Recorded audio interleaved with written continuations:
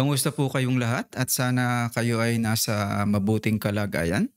Ito po ay isa na namang bibigyan natin ng point of view si Mr. Mongo Bongo. Alam niyo na nakakatawa tong kanilang campaign rally ano at ang pinaggagawa kasi dito ni Bongo ay sobrang pagpapahiya kay Philip Salvador. Kung napanood niyo yung kanilang speeches, si Philip Salvador talagang kung pwede niya suntukin tong si Bongo, susuntukin na niya. Para matigil lang do sa mga pangwawalang niya sa kanya eh. Ano yun? Binalasuba siya eh. Binalasuba si Ipi Salvador ng senador nating ito na si Bongo. Katakot-takot ang pagpapahiya. Alam mong ramdam mo sa loob mo na gustong parang ipakita ni Ipi Salvador na tumigil ka naman, wag mo naman akong yung baho ko ilabas mo, 'di ba? Wag mong sabihin lahat 'yan. Parang gano'n ang gustong sabihin ni Ipi Salvador eh. Kaya lang hindi nga nakuha ni Bongo yung alam niyo yun, yung expression ni Epe Salvador at tuloy siya sa pangwawalang hiya. Panoorin po natin yung video at tingnan din natin yung kanyang mga ipinagyayabang daw. Pangulong Gloria Macapagal. Malaking asset po ito Yan. sa atin sa Senado. At May asset sa Senado. Attorney Raul Lambino. Palakpakan po natin. Si And Lambino. of course, ang aking kasamahan sa Commission on Appointments, Yan. talagang sinusuri niya kung qualified at matalino. Isa sa aking hinahangaang kongresista sa talino, sa tapang. At pakiusap ko lang po sa inyo, matagal na po itong overdue sa Senado. Talaga lang, Dapat po matagal na namin itong kasama sa Senado. Ito po makikipaglaban sa inyo. Congressman Rodante Marcoleta. Parang nahihiya Kailangan pa siya. natin ng mga kakampi sa Senado, di ba? Tulungan nyo naman kami ni Bato. Tulungan nyo naman kami. Para dadami kami, Senator Robin, Senator Bato at ako, madadagdagan kami. At may makikipaglaban po sa inyo sa Senado. Makikipaglaban, hindi lang sa mga Duterte, makikipaglaban po sa kapakanan ng bawat Pilipino. Pansinin niyo yung sinabi niya. Imbis na unahin niya yung mamamayan ng Pilipinas, ano ang inuuna niyang sambitin? Diba? Duterte. Diba? Duterte yung naka-priority. Bakit niya uunahin yun? Dapat yung mamamayan, yung sambayan ng Pilipinas ang inuuna niyang bigyan ng prioridad. Ay hindi. Naka-priority siya na una niyang banggitin na yung Duterte, pangalawa lang ang mga Pilipino. Ganyang kawalang yaya mga yan. Ulitin natin ha. Ulitin natin. Tingnan niyo ha. Ganyang kawalang yaya. Mga Duterte, makikipaglaban po sa kapakanan ng bawat Pilipino. Unahin daw muna mga Duterte ha. Talagang wala itong public service na tapat. Ito talaga lang ito. Yung bata niya na si Duterte kailangang manalo, di ba? Ito ang nagpupush eh. Ito ang parang pinaka boss nila. Kaya sayang, wag sanang manalo talaga tong mga to at katakot-takot na ang gagawin ng mga to na mga hindi kanais-nais talaga. Lalo na po yung mga mahirap nating kababayan. Yun po ang unahin natin. Yun po ang pakiusap ko sa mga kasamahan natin dito. Unahin po ang interes ng Pilipino. Interes po ng mga kababayan. Nababanggit mo lang, unahin si Duterte. Nating mahirap. And of course, next is ating Pastor Kibuloy. Alam nyo, mas una pa silang magkakilala ni dating Pangulong Duterte. Magkakilala sila nung meron pa pong maliit na kapilya si Pastor Kibuloy. Matagal po sila nagsama. Hindi lang po sa pagiging kaibigan sa Davao, pati sa naging spiritual advisor po ito ni dating Nako! Pangulo.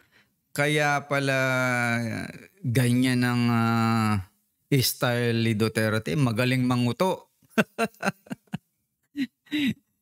Si Kibuloy kasi napakagaling manguto niyan eh. Master ng manipulation.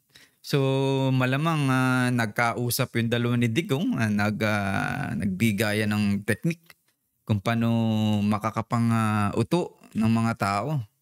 Diba? Spiritual advisor pa, pero si Digong mukhang hindi rin naman siya pinaniwalaan eh. Kasi yung Diyos niya ay wala, binalasubas ni Digong. Mas gusto ni Digong na yung mga yung Diyos ng Muslim na si Allah. Mas kinakatigan niya yun, mas naniniwala siya doon kaysa diyan kay Kibuloy.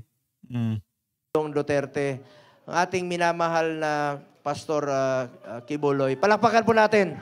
Nako. Ito, malaking tulong rin po ito. Asset po ito sa Senado. And of course, next, Asset ulit. ang ating, ito, matalino naman po ito. Hindi ka naman i-appoint ng executive secretary kung hindi ka Nako. matalino at magaling at magiging asset sa gobyerno. Magkakilala na kami even before po siya na-appoint as executive secretary. At alam niya po yun na magkakilala na po kami ni Attorney Vic Rodriguez. Asset rin po ito, magiging Asset kakampi din. sa Senado. Attorney Vic Rodriguez. Si Attorney Sic Rodriguez na hindi makamove on. Na siya ay tinanggal bilang executive secretary. Yan. Alam niyo ba, nagsama-sama yung mga taong may masasamang, masasamang loob. Nagsama-sama sila. Talagang birds of the same feather flock together talaga. Itong si Rodriguez, kung talagang ito magaling, hindi naman talaga ito pakakawalan ni BBM. Kaya lang sari-saring kontrobersya binigay sa kanya. 3 buwan pa lang siya nakaupo, ang dami ng kontrobersya. Sari-saring mga negatibo. Kaya tuloy yung ibang mga issues na hindi naman talaga totoo, ito ang nagpalala. Tinitira ni Digong ng first month pa lang na bangag. Nasamaan pa nito. Di lalo ng dumami yung mga fake news kay BBM. Kaya talagang hindi rin dapat manalo to. Lang to. Panggulo lang yan. At ito naman, last Mamadagdag ko nga pala, meron niyang interview na sinabi daw na tinanong kasi ni Karen Davila yan, si Sic Rodriguez, tungkol daw na kung pwede daw yung mga US forces okay lang na dito yung mga training, di ba? Yung mga balikatan. Biro nyo ba namang sabihin ni Sic Rodriguez na bawal daw yun? Bawal daw pumunta dito ang mga American forces. Hindi niya yata binasa yung sumunod na mga sentences doon na pwedeng pumasok ang mga American forces dito through treaty. Kung mayroon tayong tratado, yung treaty nga sa isang particular na bansa, pwede silang pumasok. Meron tayong treaty, di ba? Yung visiting forces agreement. Di pwedeng pumasok. Tanga ni Vic Rodriguez Ang tanga basta sa kanya, permanently, hindi pwedeng pumasok ang mga US forces dito. Kaya lang, hindi niya binasa yung sumunod na mga sentences doon na pwede gawa ng treaty. Bobo din talaga but not the least, no? Hindi naman, porket nandun siya sa pinakahuli. Alam mo, ito, kaibigan namin, 2003 pa po sa Yan. Davao. Bata pa siya. At hindi Sino ko pa ba siya yan? kilala noon. Idol ko na ito sa pelikula. No? Pero hindi sa totoong buhay. Kikita niyo yung pangwawalang yan itong si Bongo, Imbis na bigyan niya ng karangalan si EP Salvador, winalangya niya.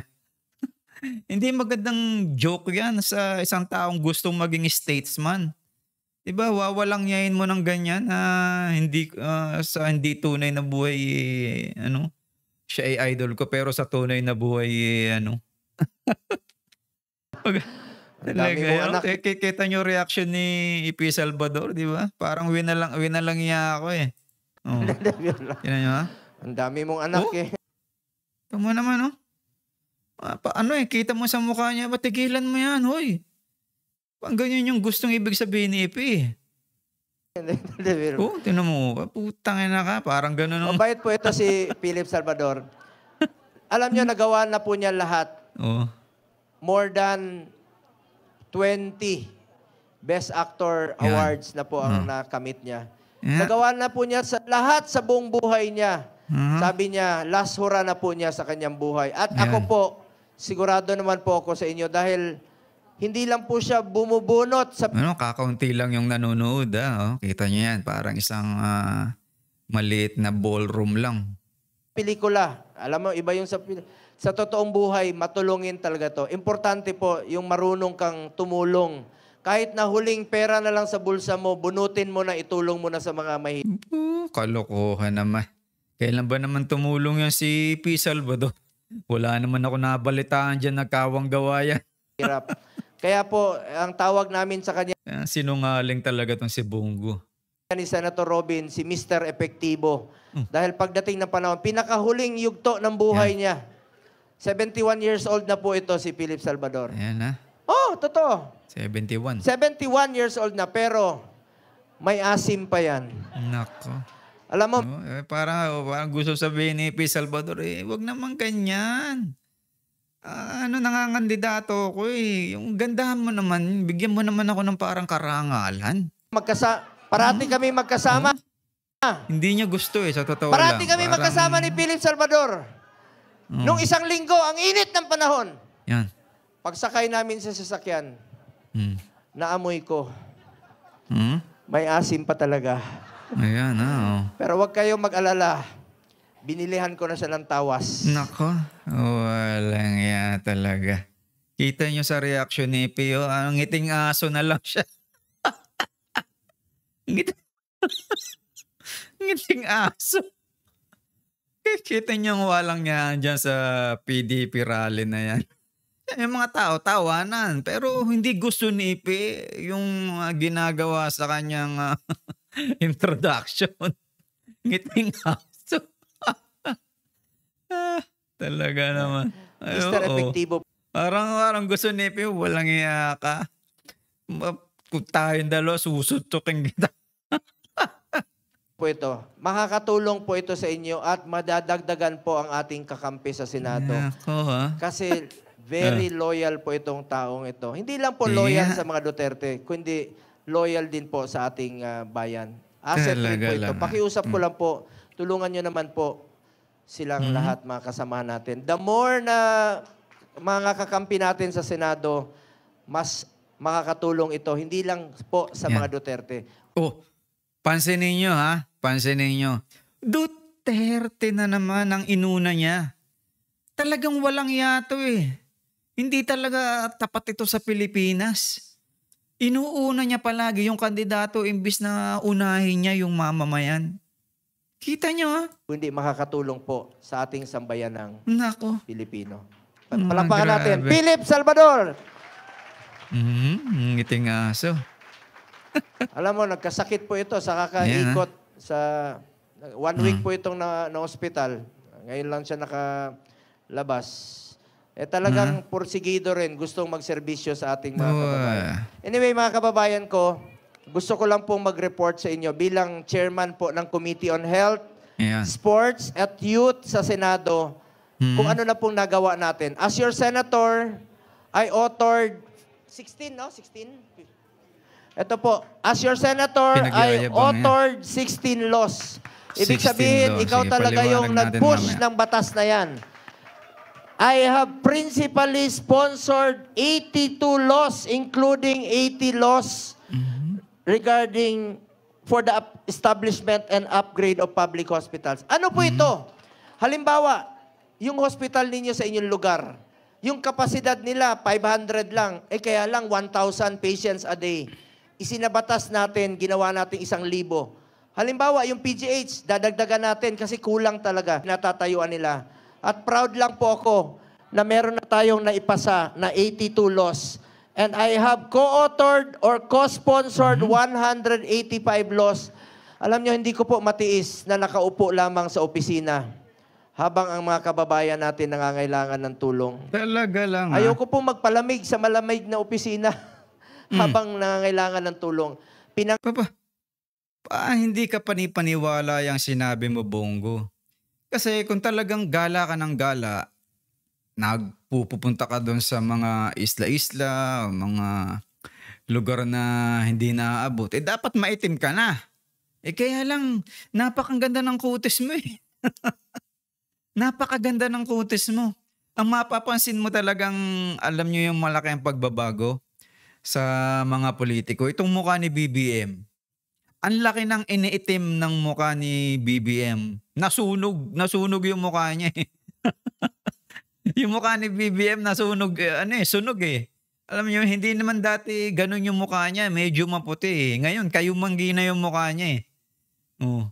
Kaya wag kayong maniniwala dito kay Bongo na ayaw daw niya sa air condition. Ganda-ganda ng kutis niya. Oh. After 6 years, ganyan ang kutis mo. Ang puti, ang kinis. Lumalabas ka ba talaga? Malabo yan. Hindi ka talaga pumupunta sa mga lugar na kailangan puntahan. Diyan ka lang lagi sa opisina mo. Diba? Pang PR mo lang yung mga sinasabi mong yan. Ngako ko yan sa inyo, kahit saang sulok kayo ng Pilipinas, bagyuhin, lindolin, putok ng bulkan, baha. Pupuntahan ko po kayo. Uunahin ko po yung mga programang ilapit natin ang serbisyo ng gobyerno sa ating mga kababayan. Ngayon, as chairman naman ng Committee on Health, 3 po ang aking naging prioridad. Una, malasakit centers. Meron na ho tayong 167 na malasakit centers sa buong Pilipinas. At ngayon, sobra-sobra ang pera ng PhilHealth. Sobra-sobra ang pera ng PhilHealth? Sige nga, bakit? Kaya nga, galit ako.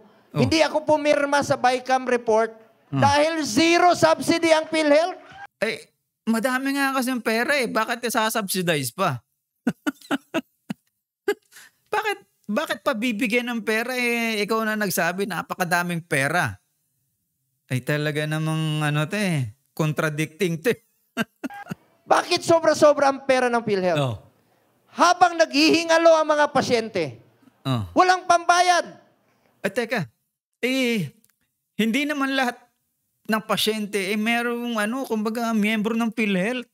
Meron silang meron silang mga sariling private insurance.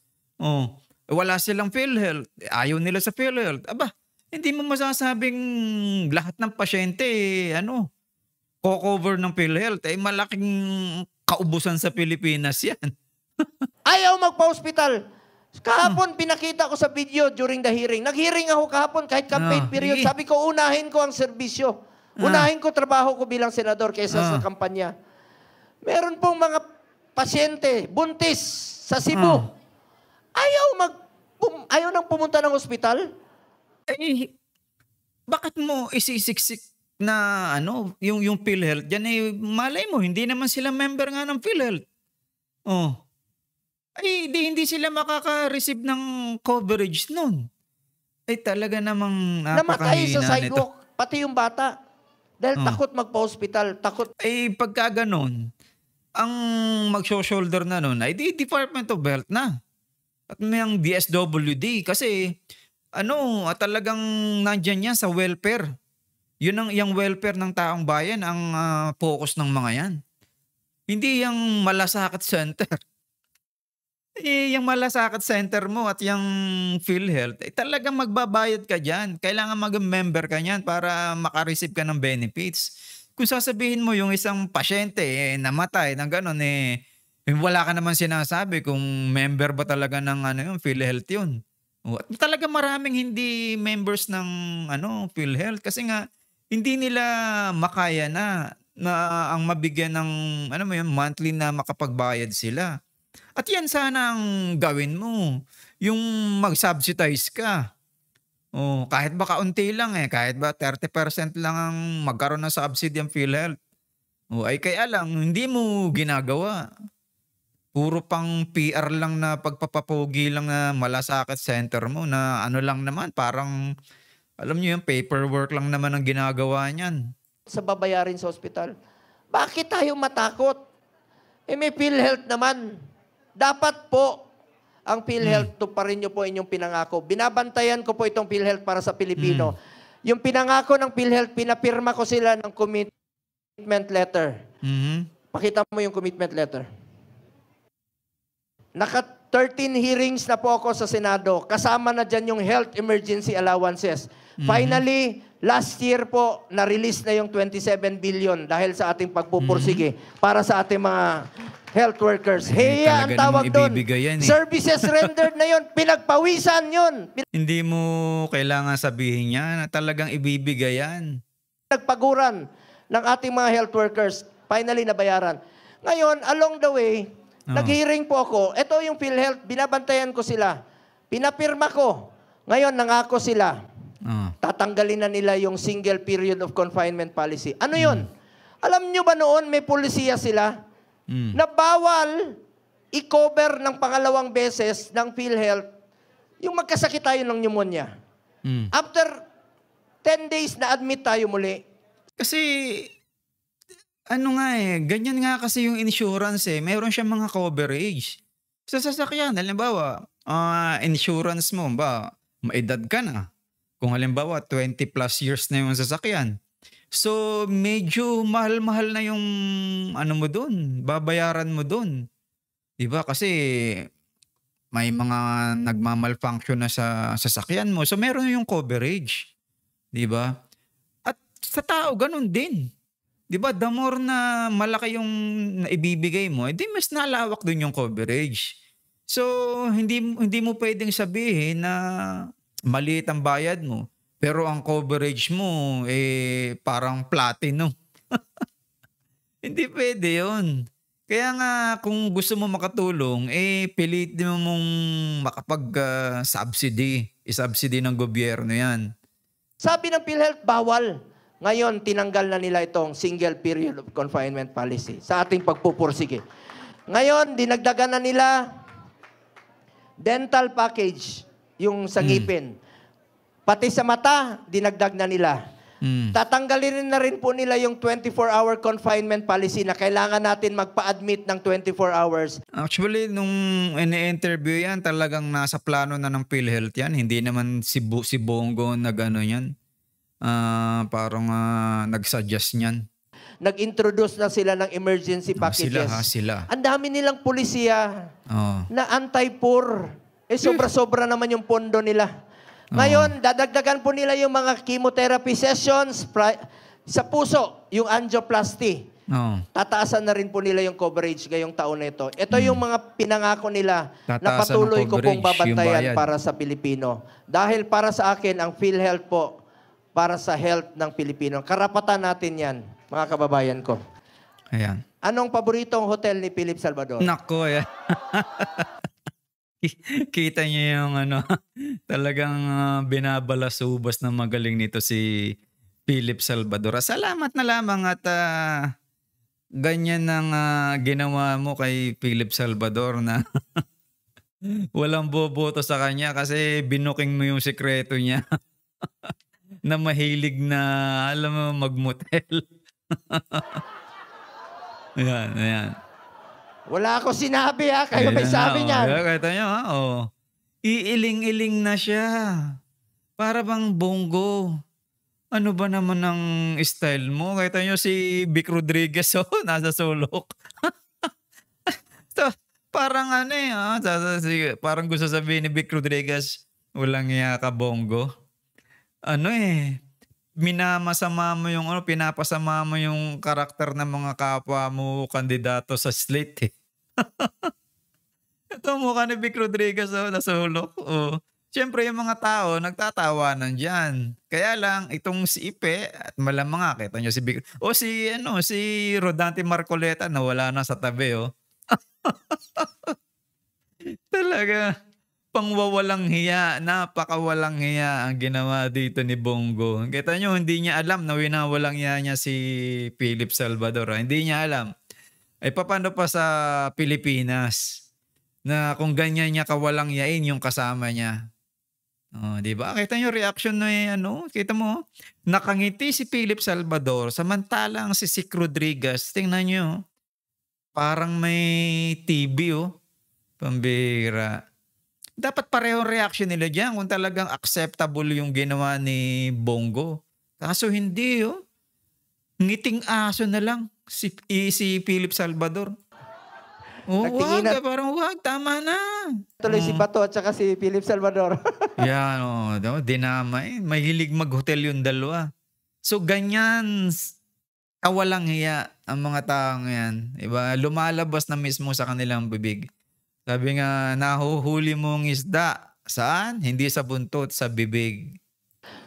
Mabait po ito si Philip Salvador. Nasabi Ako mo po na eh. makakagarantiya sa inyo. Asset po itong lahat sa ating Nako. gobyerno. At dadami po ang ating kakampi para sa mga Walang Duterte hiya at para sa ating sambayan ng Pilipino. Tulungan po natin sila. Minsan lang tayo dadaan sa mundong ito. Nako ha. Kung ano pong kabutihan o tulong na pwede natin gawin sa ating kapwa, gawin na po natin ngayon dahil hindi na Nako. tayo babalik sa mundong ito. Ako po ang inyong Senator Kuya Bongo. Patuloy na magsiservisyo sa inyong lahat. Dahil ako po'y naniniwala na ang serbisyo sa tao, serbisyo po yan sa Diyos. Nako. Walang hiya. Ginamit po ang Diyos. Ito, ipaliwanag nga po natin yung mga pinagyabang nitong si Bongo kung ano man ang gusto niyang ipagyabang, di ba?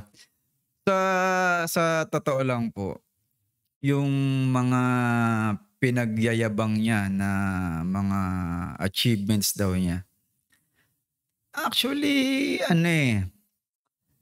napakadami na nating batas sa healthcare eh. Talagang kumbaga masasabi na natin na ang Pilipinas may kabag na pagdating sa batas. Napakarami ng batas pero napakaliit ng aksyon. Diba? Hindi naman yan pinipix yung healthcare system eh. Diba? Hindi niya pinipix yung healthcare system. Ngayon, yan ay yung bill na pinaggagawa ni Bongo.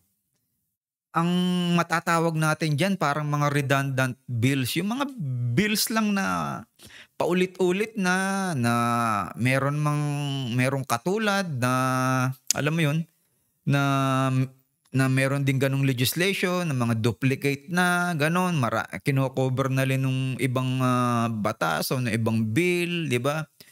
At kumbaga parang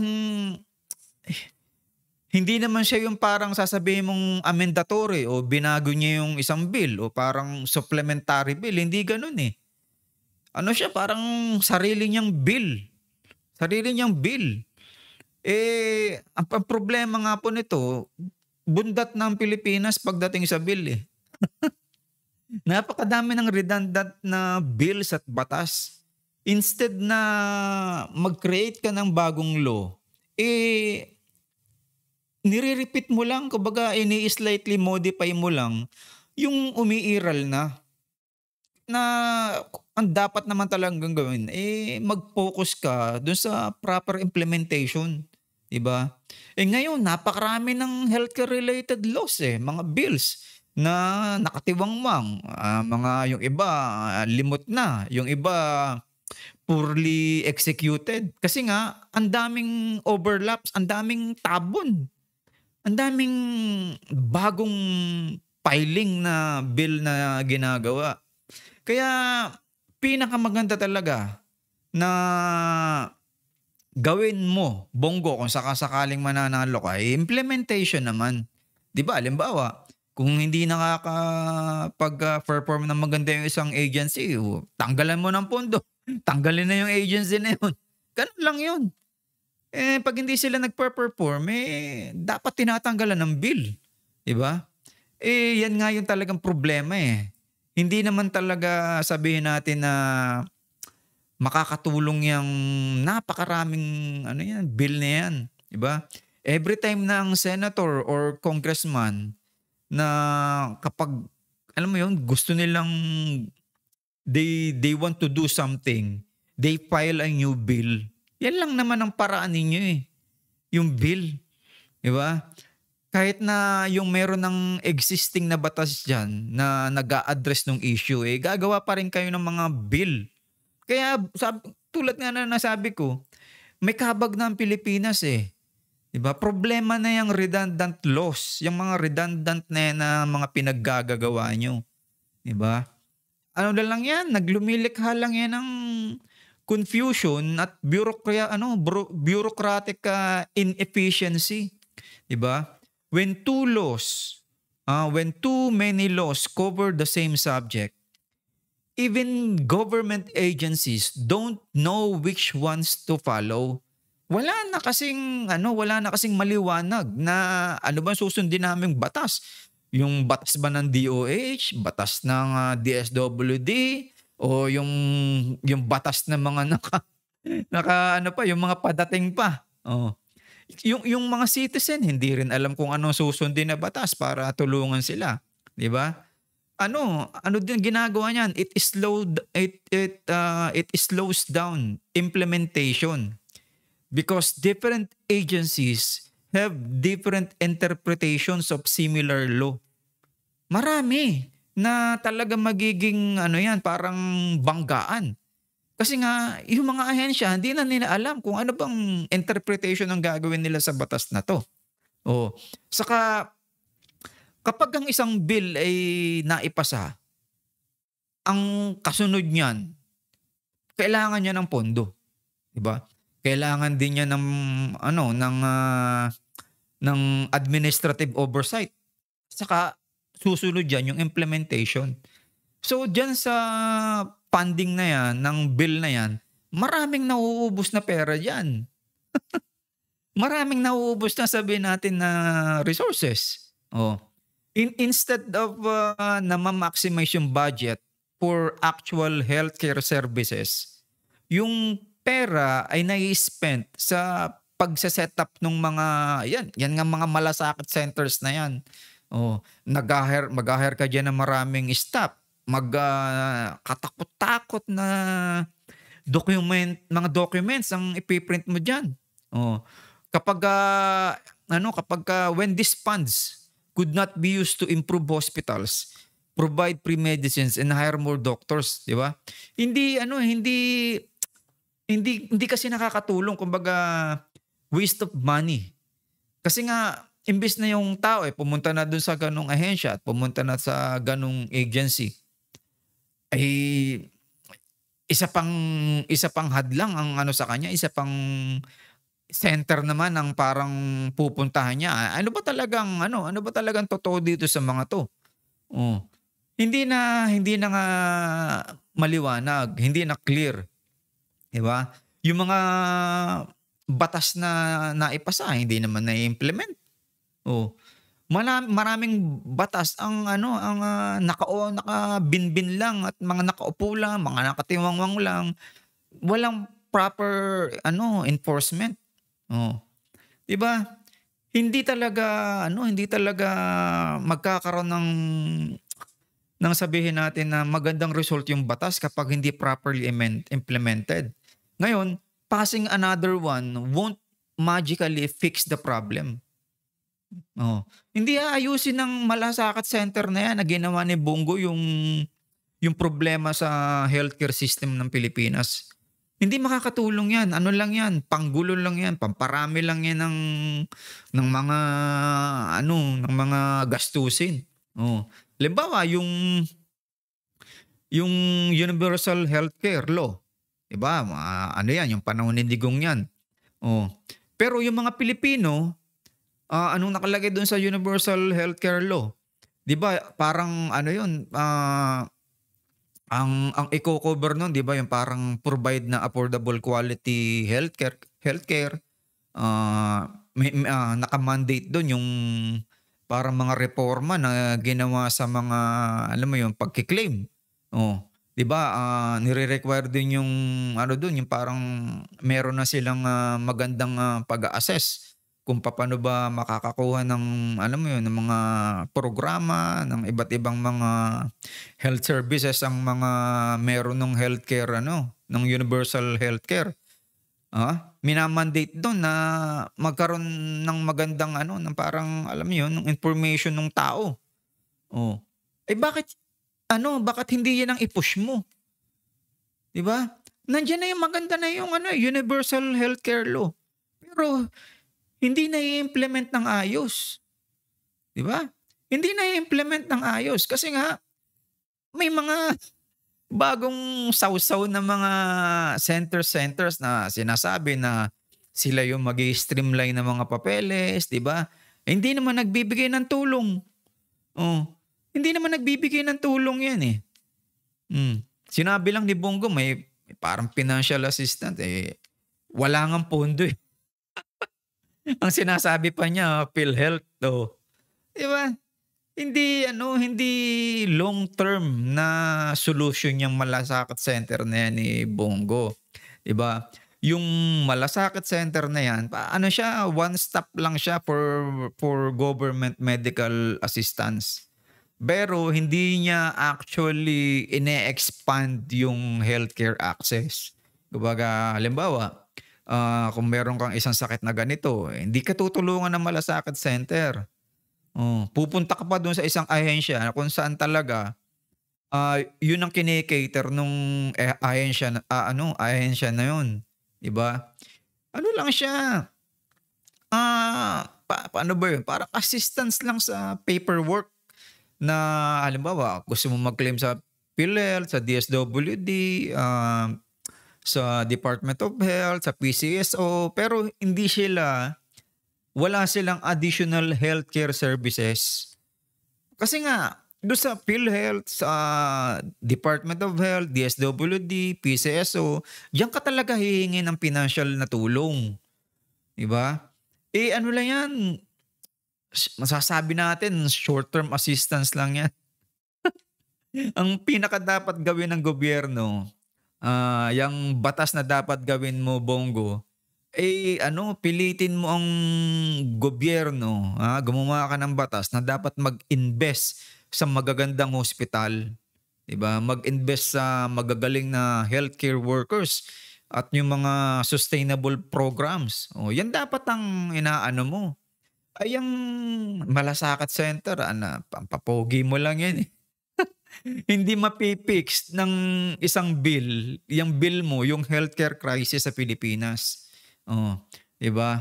Yung sinasabi mo, yung Bongo, na patuloy ka nagpa-file ng mga healthcare, related bills, pero hindi mo naman talaga binibigyan yung real issue kundi yung funding at yung execution, yung implementation.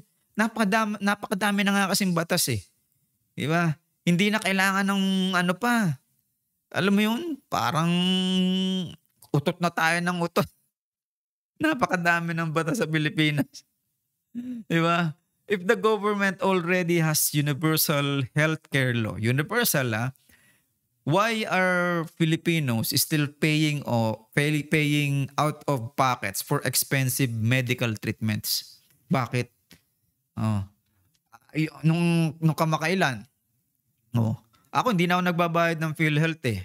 Kasi nga, meron nangyari na sa akin nung kamakailan na parang, niliitan nga nila yung parang coverage. Time ni Digong yun. Sa time ni Dugong yun. Kaya hindi na ako nagbayad ng PhilHealth. Pero PhilHealth member ako dati.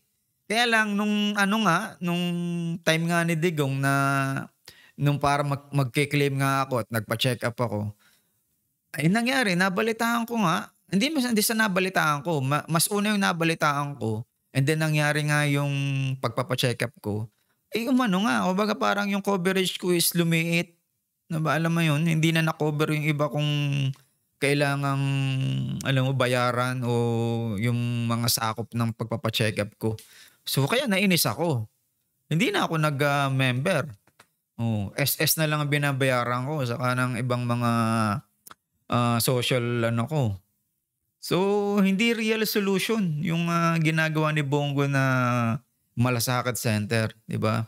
Instead na mag-add ka ng mga layers ng ganyan sa bureaucracy, i-fully fund mo na lang at saka i-properly i-implement yung universal healthcare, 'di ba? Yan na lang. I-implement mo lang yan. Malaking tulong na yan. Kasi universal yan sa lahat. Oh, 'di ba? Wag lang yung sobrang yaman na katulad mo. Ikaw nagsasabi ka kami mga aming healthcare ganito, bilyonaryo ka, hindi mo kailangan 'yan. Meron kang insurance, meron kang insured. Insured ka, 'di ba? Kung talagang gusto mong ang gobyerno ay makatulong, 'di ba? It should provide free healthcare to those who cannot afford it without conditions, 'di ba? Kailangan gawin 'yan ng gobyerno. Hindi yung parang gawa ng meron na nga ng Universal Healthcare Law na signed nung 2019. Yet many hospitals is still lacking funding and resources. So yan yung hanapin mo, Bongo. Instead na mag-create ka ng mga bagong programs, 'di ba? I-ensure mo na lang na every Filipino automatically gets free healthcare. Hindi yung paperwork ang sinasabi mong wala naman yan. Hindi naman yan talagang gugulo lang ang pagpaprocess dyan, yung hanapin ng tao yung malasakit center mong yan. Diba? Increase mo yung funding ng mga public hospitals at mga health centers. Napakaganda niyan. Many hospitals kasi sa provinces, walang doktor, walang nurses, walang mga medical equipment. Yan ang gawin mo. Hindi yung malasakit center na pampadagdag lang yan ng gastusin. I-focus mo talaga kung ano yung problema, yung ano yung kulang. Diba? Kailangan talaga merong unconditional na healthcare assistance. Yan ang kailangan ng mga Pilipino, 'di ba? Maraming nagsisik ng treatment na delay kasi nga walang pera. So yung government support dapat mabilis diyan. Parang hassle-free. Walang gimmick o napakadaming usap. Pagka kita mo namang mahirap yung tao at nakapagbigay siya ng ID, ganun lang trabaho niya. And then dapat hassle-free. Ganyan yung gawin mo dapat, Bongo. Diba? Saka tulungan mo ma-reduce yung corruption saka yung mismanagement sa healthcare sector. Yan dapat mong gawin. Kesa magpasa ka ng mga bagong batas, make sure na yung pondo ay napupunta sa tamang lugar. Ba? Instead na mag-create ka ng mga bagong medical assistance program, i-ensure mo na lang na yung existing funds ay nagagamit ng tama. Diba? Yan ang iyong atupagin. Kasi talagang may mga issues din kasi dyan . Sabi nga, hindi naman talaga nagpo-provide yung malasakit centers ng additional healthcare services. Diba? Hindi siya nag-a-add ng mga bagong doktor, ng mga bagong hospital beds, medicines, o medical equipment. Wala dyan sa malasakit center. Help desk lang yan. Diba? Help desk lang yan na parang siya yung mag-aasikaso nga ng mga request doon sa DOH, sa DSWD. So, ganyan lang ang gagawin yan. Ang real na problema ng mga Pilipino is lack of funding and resources sa mga public hospitals at dapat yung paperwork dyan bawasan. Yan ang best solution dyan. Imbes na parang paperwork yung inaatupag ng ng bill mo, Yung bill mo dapat mag-increase ng hospital budget, hire more medical staffs, i-improve yung healthcare facilities nationwide. Diba? Napakalaking tulong yan. Oh, napakalaking tulong yan. Eh, hindi rin kasi ano yan, parang isa pang reason, isa pang issue dyan, yung parang, alam mo yun, yung preventive care. O dapat, ano din yan, meron ka din dapat yan. Dapat kung magsisimula pa lang yung mga sakit-sakit, yung ganyan, nag-aano ka na dapat yan, meron ka ng bill na ganyan. Diba? Yan ang, yan ang dapat bigyan mo ng assistance. Oh, diba? Hindi hindi yan yung Malasakit Center, hindi yan, sabi nating not truly libreng healthcare. It does not mean free healthcare, 'di ba? Kailangan pa rin kasi niyang mag-request ng financial aid, ganon. Madami pang pwede kang magawa, Bongo, kung talagang ikaw sinasabi mo na natulong ka dahil yan ay parang gustong ipagawa ng Diyos, ganyan. So, ulitin ko, yung Malasakit Center, yan ay redundant at bureaucratic, alam mo yun? Yung financial aid programs na sinasabi daw nga ni Bongo na meron daw ang Malasakit Center, existed na yan. PhilHealth, DSWD, PCSO, DOH, sa mga mayor nahingi ka, sa mga konsyel nahingi ka. Na yan. Kumbaga parang ang gawin mo na lang yung mga centers na yan, i-combine mo bilang isang agency, isang bubong. 'Di ba? Ganyan na lang ang gawin mo. Hindi na yung, sabi ko nga, napakadami na nga kasing ahensya natin eh. Hindi tulad sa US na isa lang ahensya nila. Ang tao ngayon, hindi mo malaman kung saan lalapit, kung sa mayor na lang ba pupunta o sa PCSO na lang. Hindi malaman ng tao eh. Ang dami nilang nilalakaran. Hanap dito, hanap doon si ganong konsehal. Diba? Tigilan mo na yung pagpo-political branding mo. Epal lang yan eh. Epal lang yung Malasakit Center mo.